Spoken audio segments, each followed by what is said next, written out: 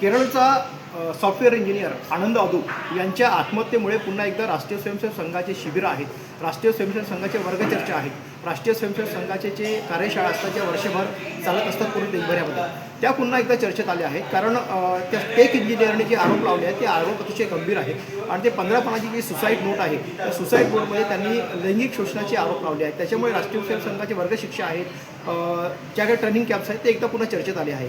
आता आनंद अदू यांनी असं म्हटलं आहे त्या सुसाईड नोटमध्ये की माझ्यावरती काही स्वयंसेवक आले ट्रेनिंग कॅम्पमध्ये लैंगिक शोषण केलं, परंतु त्यांनी हे वर्गशिक्षाचे आहेत, हे लैंगिक शोषणाचे कसे केंद्र बनले आहेत त्यावरती त्यांनी भाष्य केलं आहे. परंतु या सगळ्या प्रकरणाकडे तिथली जांच एजन्सी जी आहे केरळची किंवा केरळ पोलीस जी आहे हा कसा तपास करते आणि या स्टोरीमागचं सत्य काय हे कसं बाहेर आणतं हे येणाऱ्या काळात दिसून येईल. परंतु टेक इंजिनियर जे आहे ज्यांनी आरोप लावले आहेत की माझ्या लहानपणामध्ये शोषण झालं आहे, लैंगिक शोषण झालं आहे.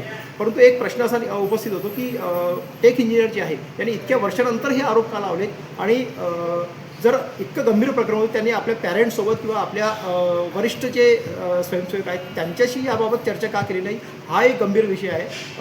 टेक इंजिनियर जो आहे आनंद अदू हा केवळ त्यांनी असं म्हटलं आहे की माझा लैंगिक शोषणामुळे मी मानसिक धक्का बसला आणि त्याच्यामुळे मी डिप्रेशनमध्ये गेलो. परंतु ह्या डिप्रेशनमध्ये गेल्यानंतर त्यांचे पॅरेंट जे आहेत त्यांनी ही चर्चा जी आहे ती स्वयंसेवकांसोबत किंवा वरिष्ठ स्वयंसेवकांसोबत चर्चा का नाही केली हाही एक प्रश्न उपस्थित होतो. परंतु या सगळ्या प्रकरणाकडे आता पोलीस कसा तपास करतो आणि पोलिसाच्या इन्व्हेस्टिगेशनमध्ये काय बाहेर येते हे येणाऱ्या काळात दिसून येईल. Sujit Thamke, news India 24 Mumbai.